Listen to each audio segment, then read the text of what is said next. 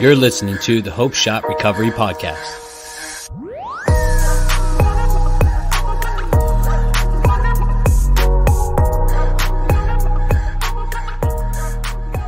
What's up, everyone? Good evening. Welcome to Sunday Night Live. Man, I hope everyone had a great weekend. I know I did. Full of sun, lots of sun and burnness and redness. And yeah, I needed it because I was glow in the dark. You know what I mean? Like, I wasn't even white anymore. I was glow in the dark. It was crazy. But man, I needed that. I need that sun, that vitamin D. I guess that's what it is when you get some sun. Yeah, I needed that because I was lacking it big time because I am burnt. But Cesar, man, will you read us the clarity statement, my friend? You assume I just have it up and ready? You know what? Yes, because that's what you do. You're ready. You would be correct. And you scared Tiffany away. Did you see what you just did? We here at the Hope Shot are a group of people in recovery spreading inspiration. We come from all different walks of life and pathways of recovery. Our verbiage may be different at times, but we all have one thing in common. Recovery is a lifestyle. We support all pathways of recovery. It doesn't matter how you get from A to Z. Just get there. And thank you for being a part of our Hope Shot family. And see, since you read it, she came back. You know, I don't make this stuff up. Welcome to the Hope Shot. And I'm going to go ahead and give it over to Nate. And Nate's going to bring our topic tonight, man. This is a good one. So please make sure you hit that share button. What's up, everybody? Happy Sunday. Hope everybody had a blessed and favored weekend. I know I did. Yeah, so in one of my daily meditations on Saturday, just please excuse any background noise. Bodie is turning up at the opportune time. Anyway, yeah, so there was this reading, and what it touched on is growth, and also, Dad, I'm on my show. Come on, Bodie. The perils of going live on Facebook here. Yeah, but it touched on growth, right? And a willingness to accept the responsibility in said growth, change, however you want to look at it, you know? And that hit me hard, especially at this point in my recovery, because these last 2 months have been a lot of change and growth and responsibility from, oh my God, excuse me. Yeah. So anyway, so yeah, growth, like, right. Okay. So I come in here beaten down, right? I come in here dying to live in a different way, dying for a change, to grow up, you know, not just like in the sense of becoming an adult, but like to, you know, I started getting loaded when I was 14 years old, man. I missed so much developmental stuff, you know, like normal, you know, milestones, you know, going to a prom, going to college, graduating, you know, anything. And these are all things I missed out on. So like, yeah. And, you know, growing up emotionally, you know, maturing, learning how to navigate a relationship, learning how to pay bills, you know what I mean? Like, so I come into this thing just beaten down, like 20 plus years of straight decadence, you know, lots of incarceration, you know, completely empty and vacant, and just my soul and spirit are so compromised and so just darkness, you know what I mean? That's the best way I could explain it. There was no light getting in. The only light that I experienced was artificially, and it was through a substance, and it was fleeting, and ultimately in the end leaving me very unfulfilled. And yeah, so that's where I'm at when I come into this recovery process, you know. Very, very desperate, very pathetic, very lost, very immature in all aspects of, you know, really all aspects. emotionally, spiritually, mentally, very, very immature. And I'm just dying to change. I'm dying to change. But I have no idea what, first of all, there's a few parts of it. First of all, I don't feel like I'm worthy of that change. Second of all, I have no idea what it looks like to elicit said change. And then ultimately, like once I get into this process, I don't know what the responsibilities even are going to be that come from this change. Because I have no frame of reference. I've never experienced this, right? I'm like growing up in public when I first get here. I mean, I'm experiencing stuff that probably most of society takes for granted. I'm experiencing it for the first time, having a job, paying my own bills, having stuff in my own name, being accountable, being responsible, being honest, all of these things that they're foreign to me, right? And I have no idea what they mean. I have no idea, like, what to do with it once I get there, which is for me. And I always touch on this show because it's so vital. I touch on this to anybody who's willing to listen and that's trying to get well. It's why it was super vital for me when I got into here to plug into a certain group of men. And because I don't know how to live. I don't know what it means to be all these things, and they're blessings, mind you. You know what I mean? All these gifts that I get from coming in here, getting vulnerable, getting with a mentor, going through this process, connecting to this power, whatever you want to call it, and my life cleans up pretty quickly, and before I know it, I have a full-time job. I have a car payment. I have to pay rent. I have to, show up the way I have to show up in others' lives the way they showed up for me. And I get overwhelmed. I have to learn how to to date a woman and to be in a relationship without being a scumbag and without hurting people, like I have to learn all this stuff because I have no idea what any of this looks like, and it can be overwhelming, and another thing that I struggled with early on was the illusion that I had to have it all at once. You know what I mean? I felt like because I surrounded myself with some winners, man. I surrounded myself with people that were successful in business. They were successful in relationships. They were successful in the program because they put recovery first and they put their power first and they put helping others first. And by surrounding myself with these people, it had all different types of effects on me. First of all, I felt super awkward and apart from because I could not, in the beginning, because I could not relate to these people. I had nothing to bring to the conversations that they were having, except like where I've been to prison and how much I could score dope for. That's like all I had on my conversational radar at that time, But, I stuck around and I was honest and I kind of kept my mouth shut for a while and just took everything in around me.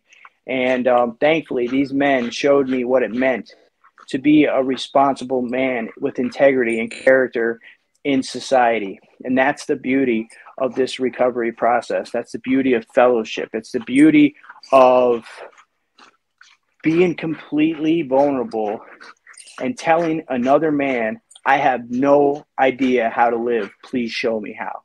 You know what I mean? There is power in that space when you can get like brutally honest and tell somebody, because then you're like an empty canvas. You're just waiting, and you're just it's a fresh start, because you're not coming from a place of, like of entitlement or I know this and I know that, because I was afraid to admit I didn't know anything, and I was ashamed to admit I never paid a bill. I was ashamed to admit that I had never had anything in my name or, never really had a successful relationship or, the list goes on. Anything that adults do on a daily basis, I have never done. But getting into this process, getting vulnerable like I did, it opened up this space for me to grow, and you know, to what I further along I got, the more connected I got, you know, what you realize is like us where we're at now, we have, you know, some years of recovery. We're no different than the people that are just coming in, you know, all that's different is that we have a solution that we have been gifted with that allows us to work through life in a more timely fashion and a more dignified fashion, you know? And yeah, so like I start having all these responsibilities, and at first it's overwhelming, and I want to be everywhere, and I want to do everything, and I need to get this back, and I need to get that back. And, you know, I have these beautiful people in my life saying, Nate, slow down, show up in your recovery, take care of your business there, stay active, and all of these things will come to you organically. You know, it'll kind of just unfold, you know, which is not to say that you're not working towards, you know, having a career or, you know, having a successful relationship or none of that. What I'm saying is this, is that if I'm showing up and doing this deal on a daily basis, everything is already planned out. Everything is waiting for me. It's just a matter of me getting out of my own way, staying connected, staying in the middle of this thing, so I have the opportunity to experience what is already waiting for me, right? And I had no idea, man. I just didn't want to hurt no more. I just wanted the pain to stop, you know? That was all I wanted. That was the growth for me. That was a life-changing event, for the obsession to be lifted and for me not to hurt anymore. What the fuck, Bodie? God damn, man. Seriously, man. Stop, man. Stop being an asshole. Jeez Louise. Sorry. So, and that all happened. That all happened within my first year, right? And then in my second year, I start working towards, you know, like, okay, so now what do I want to do? And I have no idea. I have no idea what I want to do with my life, or like, you know, but I start, dreams are awakened. You know, they talk about that. The dreams are awakened, promises start to come true. I start to find my passions again. I start to surf. I start to go to concerts. I start to travel. I start my own business. You know, I get linked up with these wonderful people on this podcast, man. And we start a nonprofit. Like the blessings that are in my life today are as beautiful and as grateful as I am for them, come with a lot of responsibility, because they're like, oh, I have a nonprofit. It's cute. It's fun. But people don't see that we're on the phone all day. We're helping people navigate here. We're helping, you know, there's all kinds of other stuff that goes on behind the scenes of this deal that have to make that are in order to make it work. You know what I mean? It's a lot of responsibility, and we all work full-time jobs, and we're still doing that. You know, it can get overwhelming, and I can lose balance, and I can, you know, I can forget, you know, that sometimes just how blessed I am, man, you know, and I have to catch myself sometimes because, you know, I can remember, you know, in 2015 in solitary confinement, just dying. I'm in a prison within a prison, just dying to live any type of different way, you know, and here I am, you know, almost 5 years sober with all these gifts in my life, you know, and in a position to be of constant service to others and be a vessel for who I believe in, and spread this message that someone so freely gave to me. And I promise you, if I can just remember that, like, you know what I mean? Remember where I came from, remember that I still have so far to go, and just live in gratitude. I do a gratitude list every morning. And this is the responsibilities that I'm talking about. Like, how do I stay responsible for all these blessings that I've been given? And that's, I stay fucking busy in my program of recovery on a daily basis. I write a gratitude list. I pray. I read meditations. I meditate. I call other people in my fellowship. I work with other people in my fellowship. I show up in all aspects of my life, you know, and I stay connected, because without that, I don't think I'd be able to handle the responsibility. I don't think if I wasn't being responsible when times are good, I wouldn't have been able to get through this last transition a short time ago healthily or with some semblance of grace, you know, which I did. And because I know the importance of being responsible for my own personal recovery, I am able to walk through anything in this life.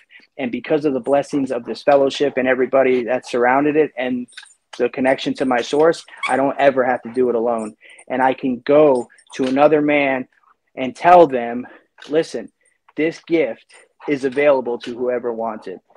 And that's coming from a guy that thought that wasn't the case, that thought I didn't even deserve not only to stop hurting, but for a life that like this life I get to lead today. It's beyond my wildest dreams, and it has nothing to do with the material blessings and everything to do with the internal I've been given and the position it puts me in to share this message of transformation, of redemption, of forgiveness with somebody that feels like they're unworthy of it, because I was that guy. And it's a beautiful deal, man, but it's a responsibility. Like, what am I doing to stay on top of this thing? What am I doing to continue to grow? What is different today in my life that I need to look at? And it all comes from constant practice, constant discipline. And yeah, I'll stop. I've been talking shit for a minute. Sorry. Yeah, it's a great subject, man. I love you guys. I am done. Yeah. Bodie wants you to be done too, bro. Yeah, I liked how you said a responsibility. It's a responsibility. We are given this gift, and we have to treat it like a responsibility. Like, we have to uphold this thing, because like it's not just like, especially if we're doing this stuff out loud, right? We're doing this stuff out loud, and like doing this stuff out loud, man, that holds huge responsibilities when you're doing it out loud, because you're an example of this stuff. We're preaching this stuff, and like you can tarnish it just as much as you can help it. You know what I mean? So like that's a huge responsibility. So I just like how you said that, and I had to comment on that, you know. Yeah, and then there's a thing that says in order for this thing to work, it has this thing has to work in and through us, you know. So we receive this thing, and the only way for it to truly work its magic, it has to go through us. You know, if we could take everything in and keep it to ourselves, and we'll be sick as ever. But as soon as we give it away and share it, that's where the magic happens. Love it. Thanks, Nate, for bringing this topic, man. Change is always a good thing, man. It's always a great topic too. Let's see, man. Let me get some comments up in here. I'm gonna do too far back. I'm gonna try to say your name, and I mess it up. I'm so sorry, but Shanoa. Well done, Justin. Yeah, solid. All right, we're gonna run with that. All right, and she says, "I'm super glad I joined. I needed this, so I'm glad you're here. Thank you for being here tonight with us. I'm glad you got something out of Nate, and stick around because there's some powerhouses up in here." Let's see. We got Rowan says, "I'm late, but I'm here. I love you, Hope Shot. Love you too, Rowan. Good to see you here." Let's see. Oh, I know there was soul support, man. I had to put this up here. She says, the uncovery is scary yet beautiful. Going through kind of same on my path. And I love how you said that, uncovery. Right? We're uncovering some shit, man, that we covered up for so long.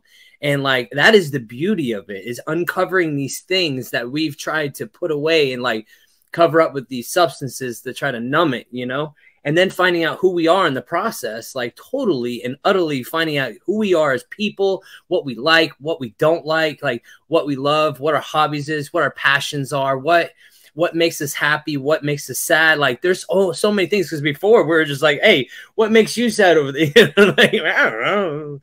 When I don't have drugs, it's super sad, you know. I mean, it's the truth, you know, and it's something that we have to find out for ourselves, because like, man, we have to do this thing totally with nothing. You literally have to navigate this process, and it's a whole nother world, you know, navigating this thing. this life, and it's beautiful, man. It really is beautiful. So I love that. I had to put that up there. The uncovery. It's scary yet beautiful at the same time. Let's see. We got Erica says, "Thank you for your live videos. Perfect timing for me this evening." Well, thank you for being here. We got Jerry. What's up, my friend? Huge facts. And we got Josh. Josh, thank you so much for sharing, my friend.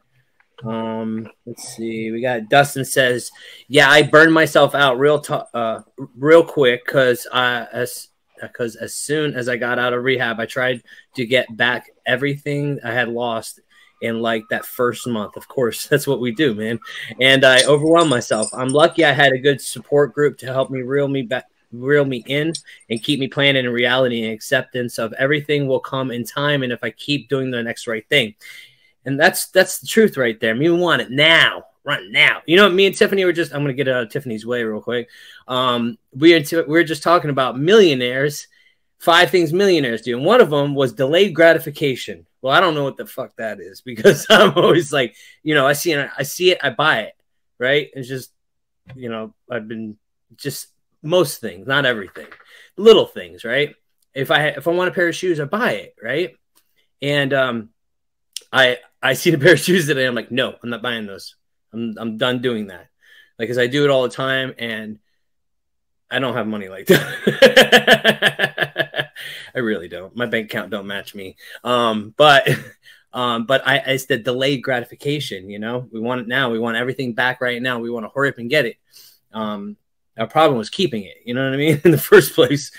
So let's see what else we got here. We got Kendall. It says, "Hey y'all, 5 months alcohol, no alcohol. Perseverance creates character, character creates hope, and hope creates faith." Congratulations, my friend. And then we had another one up here. We got Jay. "Hey everyone, I am Jay, and I got 10 months sober today." Congratulations, my friend. Let's see.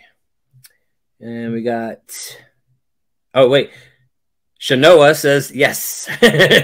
Nailed it. All right. I can move on now. That makes me happy. And I hate butchering people's names. I just hate it. And then we got Dennis says, "Thanks for sharing your message. I have a little over 9 months." Congratulations, Dennis. And that's it. So I'm going to let Tiffany go next because, yeah, Tiffany, you wanted to go next.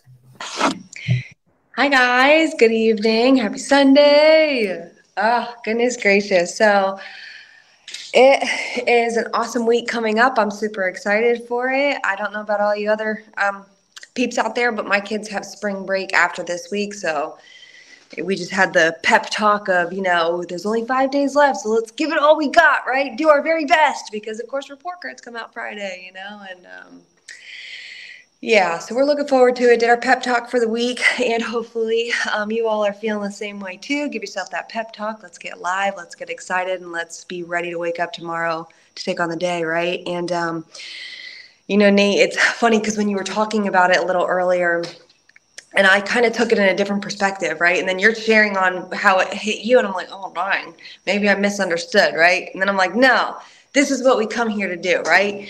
My perspective on the responsibility through change was that where I'm at today, right, is where my perspective of lens came through and where I'm going to share on. So I'll back it up a little bit. Growing up as a child, my parents were amazing, and I was a really good a rule follower. Give me direction. I do what you tell me to do, and I was good at it. Like, because I was being told what to do, and if you do it, like, you get praised and everything works beautifully, right? And I learned it really quickly, and I was good with it.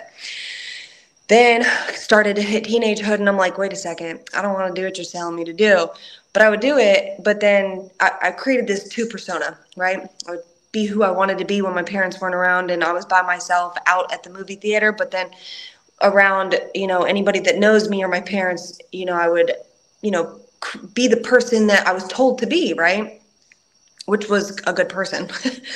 And then fast forward, and when I learned that I could choose exactly what and how I wanted to behave and what actions I wanted to choose and be my own person, right? And then I was like, oh, okay, so there are no rules to follow. There's no directions to this stuff. I get to choose whatever I want to choose, right?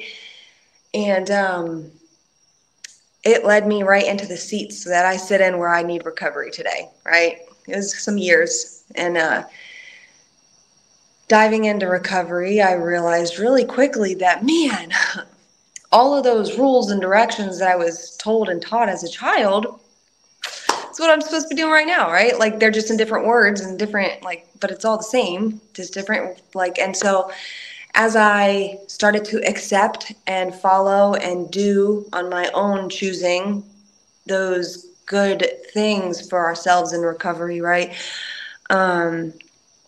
A lot of growth happened, you know, and like you said, Nate, at the beginning, it was just that simple, being able to say, I have not touched these things in 3 days. Can you believe it, bro? 3 whole days, I ain't touched nothing. Like, it's an incredible feeling, especially when you don't think you can move it for an hour, right? And then you just keep moving along.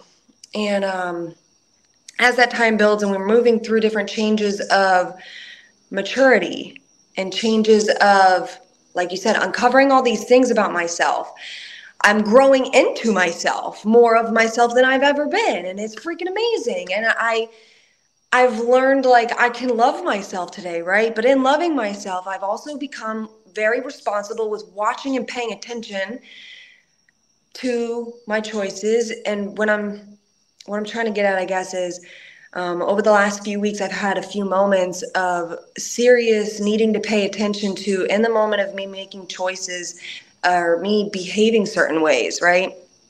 I get into this, being responsible in my recovery, like you said, is working it every day. And one of the things that I learned is I have to pay attention to what am I doing and when I'm doing it. And then I can move on from that, right? Once you pay attention and you recognize it, then you move on to acknowledgement, recognize, acknowledge, and then you can start working on it, right?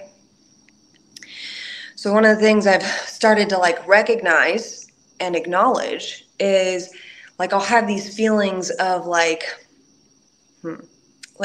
just anger, right? We all deal with anger. And immediately I'll watch myself. I'll be paying attention. It's like you're almost watching yourself from an outside view, and I can feel myself watching myself behave in a certain way that I don't want to do, because it's the opposite of this new characteristic I'm trying to, like, work into, right? And I'm watching myself behave in a certain way and react in a certain way that I'm not wanting to. And as I'm recognizing and acknowledging it, I'm watching myself do it. I'm telling there's like this unconscious voice back there. It's like, whoa, wait. We already talked about this. We're not going to act like this anymore. This is not how we're going to respond to this anymore. What are we doing? But that voice is so, like, it's back there. I can hear it. But this person up here is like, you know, and I can't stop myself.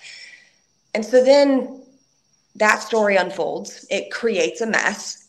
And I have to, once it all settles down, I have to give it some time. And then I have to go back and clean up my side of the street, right? I need to go apologize and accept responsibility of where and why and how I did wrong. And then really pray that next time, because now that I've acknowledged and recognized and, like, keep practicing that voice that back there that's, like, telling me, what are we doing? We've agreed we're not doing this anymore, right? Hopefully it, like, gets louder, and next time I'm able to behave in that fashion that, like, I'm practicing to want to be like.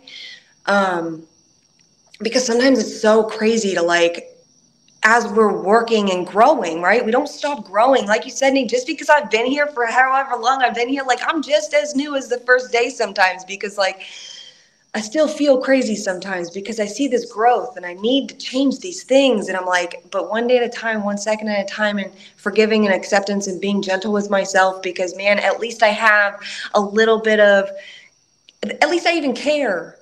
At least I care. Like, I want to change, right? And it's okay. And so, like, the responsibility that I have in growth, like, I have a responsibility to myself to pay attention, to take a look at myself, and to, even when I still make those mistakes and act out on my own character defects, falling back into old habit and routine and behavior, it's okay for me to take a second, step out, breathe, and then clean my side of the street accept what I did, talk about it, call my sponsor, you know, do those things the tools that I've been taught to use.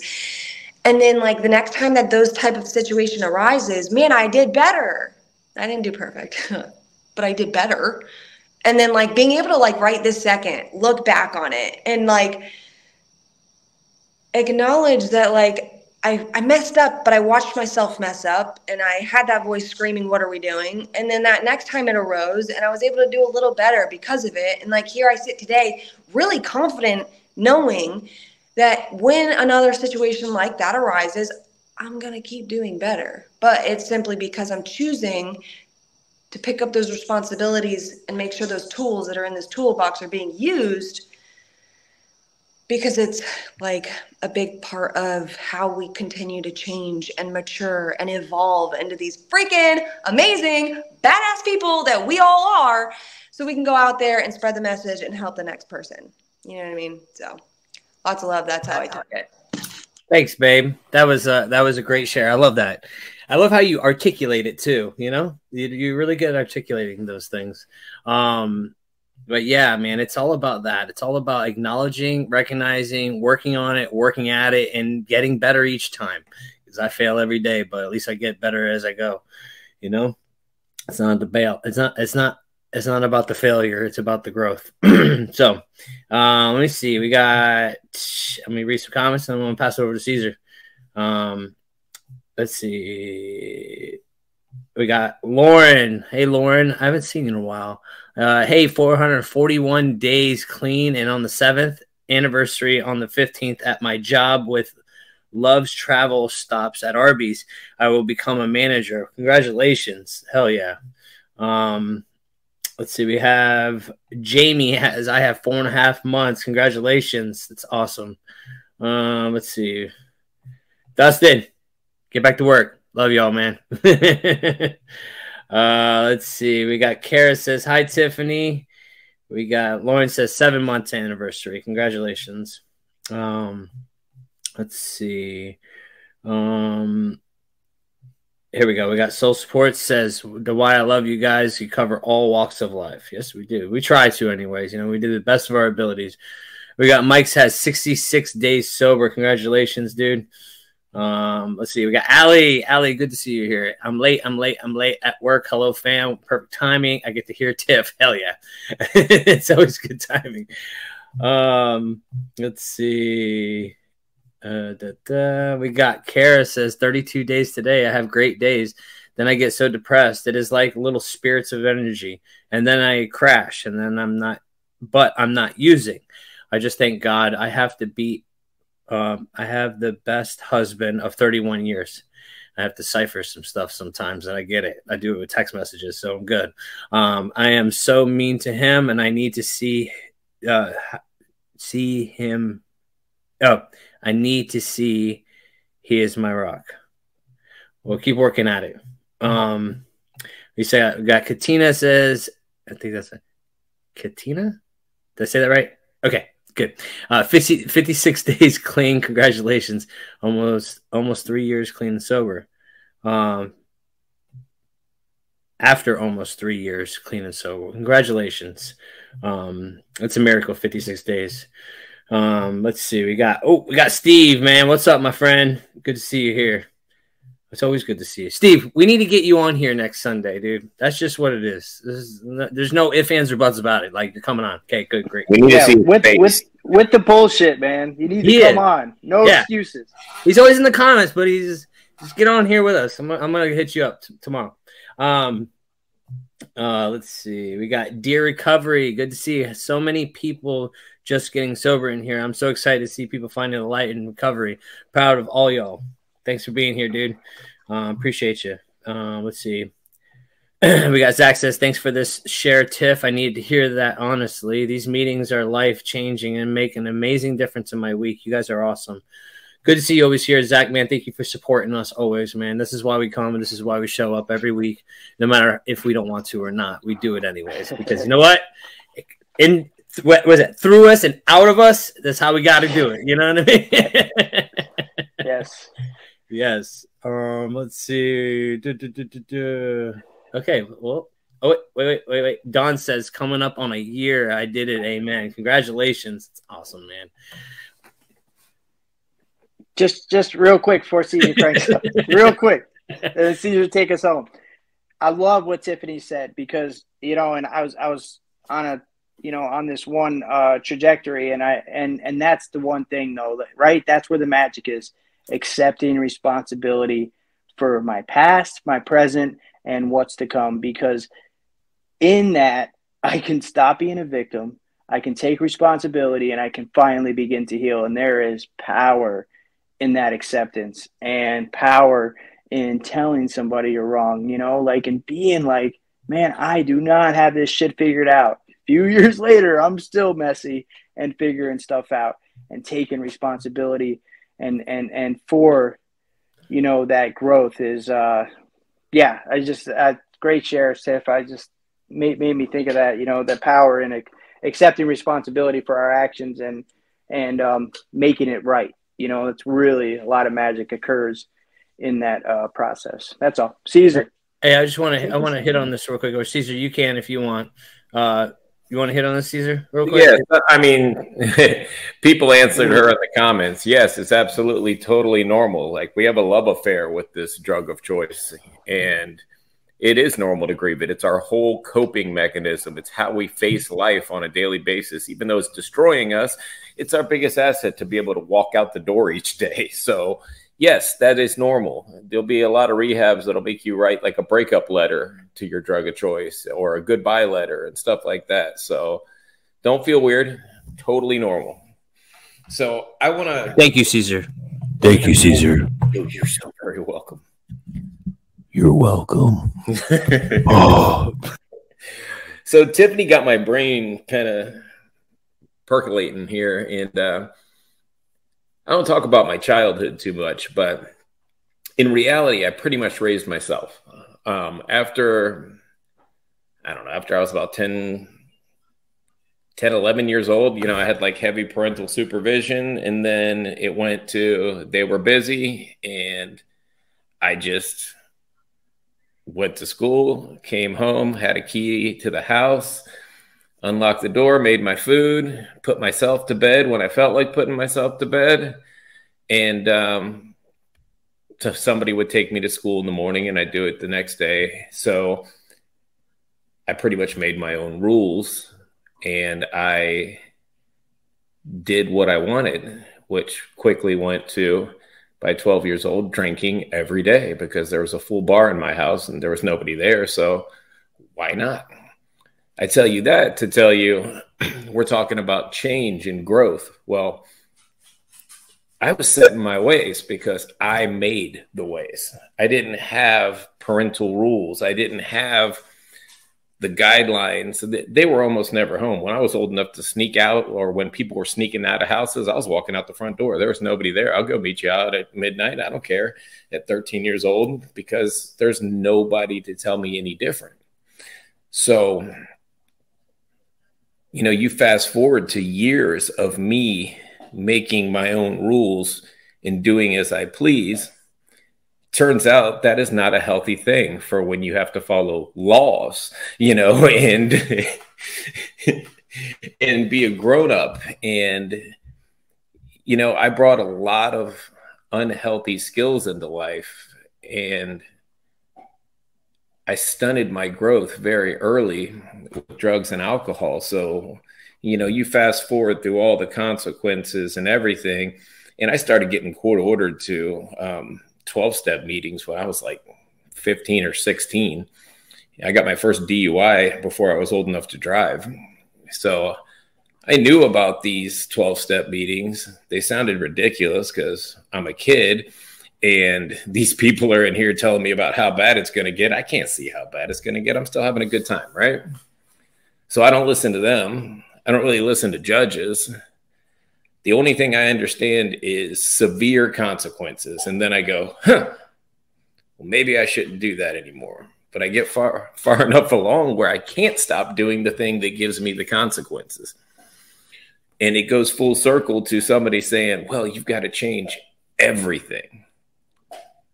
well, what I've got is crap, right? You know, I'm in and out of institutions and facilities on a regular basis. I'm lucky if I see one holiday a year. I'm always locked up, and I get out and I do the very same thing that got me locked up and act surprised of why I'm going back into jail again. And what it turns out is, for me, there was some kind of peace in that chaos that I knew. And there was a lot of fear in what my life would look like if I stepped out and tried to change things. I don't know what that's going to look like. I don't know what recovery is going to look like. What if I ask this guy to be my sponsor? What's he going to tell me to do? They're talking about spirituality, and like I don't know what I'll be if I try that. So it kept me sick for a long time. And you know, I finally take this leap of faith, and I ask this guy, and basically, like Nate said, I mean, it's awkward as hell. I'm like, you know, basically, I need you to show me how to live. I give up. I clearly can't do it. I can't manage my own life. I can't even stay out of jail for a week. Please help me. And I received the help. And I do all these uncomfortable things.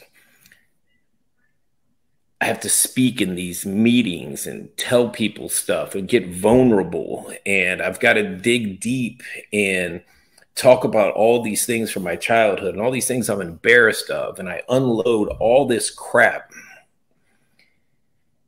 And the next thing I know, I've been free for like, I don't know, 60 days.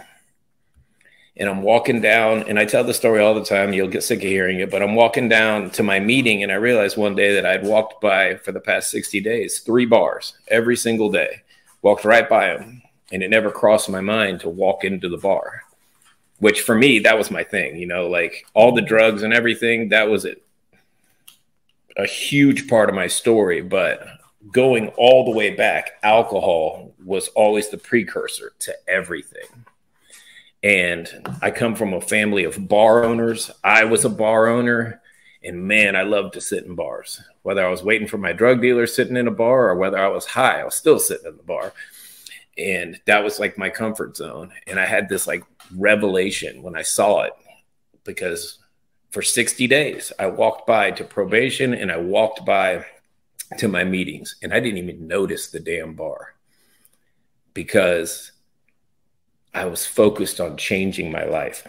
I got out, first time in my life that I got off probation. I early termed probation.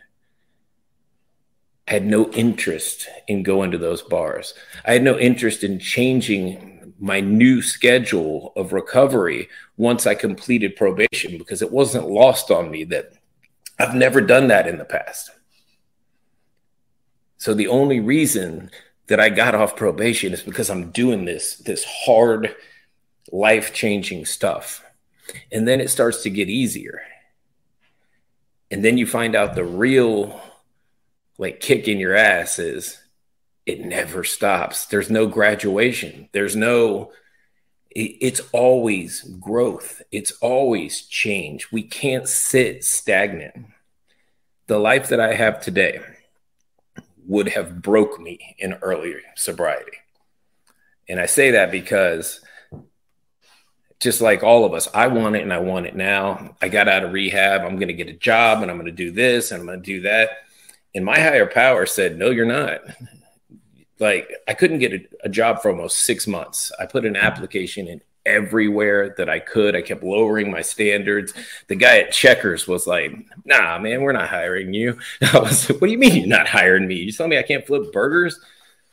And the guy was like, well, you're overqualified. And I was like, well, I just need a job, bro. Like, overqualified or not, like, I can flip the burger. Please hire me. But that's what I needed. I needed all distractions taken away. I needed to focus solely on recovery and then get the menial job at the beginning that I could handle, that wasn't overwhelming, and then move up and get a little bit more responsibility. Then I went into sales. I've never been in sales. You mean I got to talk to people? I got to sell stuff and go like to their, like, every part of this has been uncomfortable the entire way through. But that's how I know I'm doing the right thing, because I'm not comfortable. I'm getting outside of my comfort zone on a daily basis. And it is the most, we use the hashtag here, authentically awkward, because that's real life. We're awkward. We got quirks. And we go out and we face it every single day. I am a person that is set in my ways, institutionalized to the bone. And it's hard for me to try new things, but I do it every single day because I know that's what it takes for me to be an example of recovery. I can't go out and like half-ass life. So growth and change, I was afraid of it. Then I did it. And I thought that I had found some kind of a milestone because I got some rewards. And then I had a good enough sponsor to tell me, oh, no, that's great, but you got a lot more work to do. And by the way, the work never stops. When you're at 20 years, 30 years, next month I'll be at 9 years. I got to put in the same effort every single day. And I don't want to pick up the phone half the time, and I'm busy and all of that stuff, but I do it. I don't want to write a gratitude list in the morning, but I feel better when I write the gratitude list in the morning. I don't want to go chair the meeting, but then I chair it and I can come out of the meeting floating because it was a beautiful message. I'm going to fight it the whole way, but I always end up doing the right thing because I know what works now. And I never knew what worked before. So if you're new, if you're in that first few months, just accept that you're going to be uncomfortable and accept the fact that this process is going to be ongoing, and give it your best effort, because the rewards that come from this way of life, I heard people say, oh, a life beyond your wildest dreams. It's true, because in the first week or the first few months, my wildest dreams would have been selfish and shallow and material.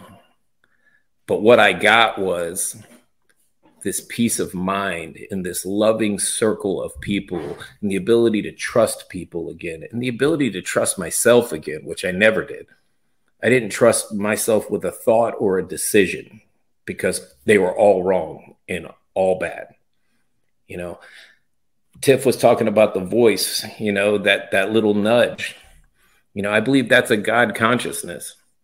I didn't have the voice telling me, hey, you probably shouldn't do that. When I was out there, it was always, you got to do what you got to do to get what you got to get. And, it is what it is. But, that voice is loud and clear today. And that voice won't let me really chill out too much either, because it's like, hey, man, there's work to do. There's shit to do. You got to show up. You got to be responsible. You are a reflection of this recovery thing these days. And you have to represent it to the best of your ability every single day. I can't go out and half-ass it and expect, I can't, my integrity won't let me do that anymore. I got to do everything to the best of my ability. It's exhausting, but it's a beautiful process. And I'm so grateful to be able to see in all the comments, people with 60 days, 90 days, people coming up on a year. It's the coolest thing ever. In churches, they'll talk about miracles like there hasn't been a miracle for 1,000 years. I get to see miracles every single day. I get to see people literally resurrected from the scrap heap and build their life back up. And then they go out and they help other people do the exact same thing. And I see it on a daily basis. So, when I go to my church and they're talking about miracles, I'm like, brother, I see that every day. I'm blessed. I get to see these people turn their lives around because I did. Because somebody showed me the way. I get to show the next person the way. And the process is never going to stop. And what I used to be afraid of, I look forward to today, because where I'm sitting right now, I couldn't have dreamt of 9 years ago. So what's another 9 years going to look like if I keep doing the next right thing and I keep working at this thing the way that I'm supposed to? I can't fathom that either, because I couldn't fathom where I'm at right now. So I appreciate it. Thank you for letting me throw my 2 cents in. Thank you, Cesar. You know, Cesar almost didn't come on tonight, so I'm glad you did, Cesar, because we need to hear that. Listen, I got laundry to fold. Got laundry. I got things to do, man. Yeah, I get it. Real mundane tasks to do. I get it. So like when Nate brought this topic up, change. I don't know why Tupac started playing in my head. You know, like change shit. I guess change is good for any of us. Whatever it takes you to get out the hood, right? And I'm like, oh, that hit me because it's true. Whatever it takes for you to get out of the hood, right? Because that's where we were, man. We're in the bad part of town. We need to get out of there, you know. And like, it's I don't know why that popped in my head, but I just like Tupac, I guess. I don't know, but but man, the change is it is beautiful, man. And it's like whatever it takes, just like our clarity statement says, man. However you get from A to Z. Just get there, no matter how much it takes, what it takes. You know, we falter all the time. It took me 23 years to get 5 years. You know what I mean? 23 to get 5. You know, that's a long time, but everything had to happen to get to that 5. You know what I mean? Every little step of the way. We can't skip steps to get there. You know what I mean? Like, and, you know, I look back on it and I'm like, man, I wish, shoulda, coulda, wouldas and all this crap. But it's like, man, all these things put me to where I am today here. You know, I've been to drug court. I've been to this. I've been to that. I've been to that, right? And none of that, I mean, it all was a stepping stone and it all resonated up here, but I didn't put it into practice is the thing. Like I've been to meetings. I did this and I did that. Oh, I've been there. And I bitch about the meetings. Oh, they don't work, you know? But did I practice? Did I put it into action, you know, like Tiffany said earlier, you know, acknowledging it and then putting into action. I could have I was talking to Tiffany about having a head full of recovery out there in the streets, man. That's a horrible feeling right there, you know. I could just imagine, you know. So if you're watching this and you're that person that has a head full of recovery and you're still in the streets, man, get back, man, get away from that shame and guilt, because you know what, you're supposed to be over here on this side where you're supposed to be. You know, call anybody, man. They all care about you no matter what. You know, it's something I feel like that shame and guilt has got you imprisoned, you know, out there in the streets, man, and it just sucks. And I hope you find your way back, because you know, I hope this message gets to somebody that's actually watching this, because that is not where you belong, especially with a head full of recovery. So I just wanted to say that real quick, but I'm going to read some of the comments, and anybody wants to comment on anything else, say anything else, Nate, you can, but let me read some of the comments real quick. And let's see, let me start right here. We got Jennifer. Jennifer says, okay, I'm listening because I'm a mom of a son that is struggling, plus an RN. Thanks for sharing. Helps to understand. And I would suggest maybe go to Nar-Anon or Al-Anon if you really want to understand. That is probably, I will suggest that to anybody that is not actually, but they love somebody that is. I think that is the best thing to be able to understand and thoroughly understand, and then help yourself as well in the same aspect too, you know, because it's a grieving process for you too, you know, to be able to get through these things. Let's see, we got Becky. Here's one. This is good right here. Teenagers aren't grown mentally and then put drugs on top of that, and it's really fucked up. And I think that's a lot of us, you know, because Cesar, when you were talking, man, I was the same dude. I was the dude that didn't have like consequences. My parents did drugs with me, not my it was more my stepdad. My stepdad, I was like 13 doing hardcore stuff, and you know, I just wanted to fit in, you know, because it's my stepdad, you know, and I had a alcoholic dad, and you know, thank God he's sober now, but like before it was all messed up. So I was just trying to fit in, you know, wherever I could, you know, and if that meant doing drugs, you know. So and we aren't mentally there, and like that was just that set me up for everything, and it was just normalized after that. After that, it's normal. We party. That's what we do.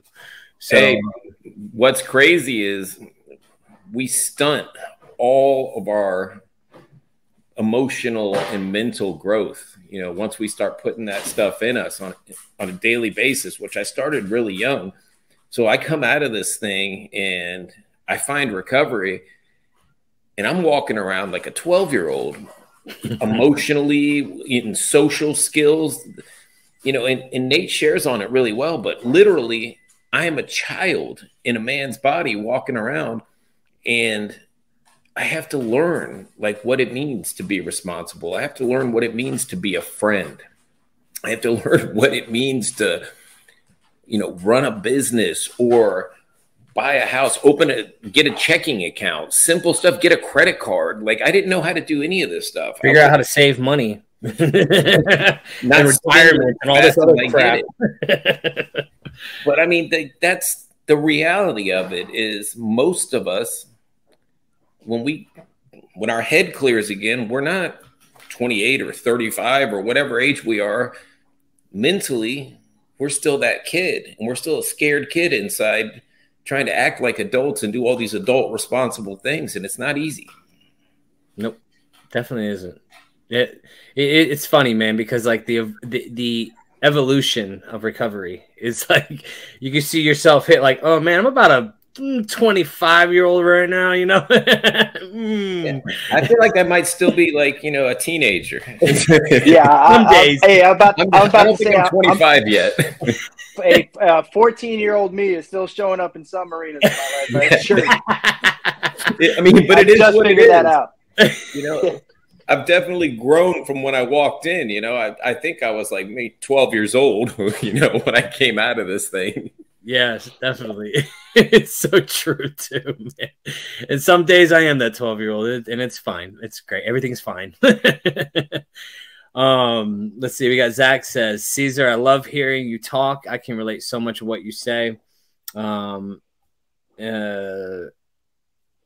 see. We got Kara says that is what I'm learning. If it doesn't hurt, then I will not learn from it. And oh boy, does it hurt. It's the hurt ones that really work. It's the ones that make you more uncomfortable. That's where the growth is. Yeah, pain is the great motivator. Ooh, yes, it is. Let's see. Helen also says, love listening to Cesar. Let's see. Don says, I learned how to be humble. Yes. Sober now. Good to see you, Melissa. I hope that book is coming along. We need to get you on here and talk about the book. Let us know when it's ready to go. When you're ready, you should let us know, man. We're here. Hey, Hope Shot, sending love. We'll watch the playback later tonight. Thank you for being here, Melissa. We love you. Let's see. We got Heidi says just hit 16 months. Congratulations, Heidi. Let's see. We had Soul Support says I was 10 when I started with my mother. Oof. So you're about 15, 13? Where are we at? We all got a timeline, right? Let's see. We got Carlene says, it's funny. That's my mom's name.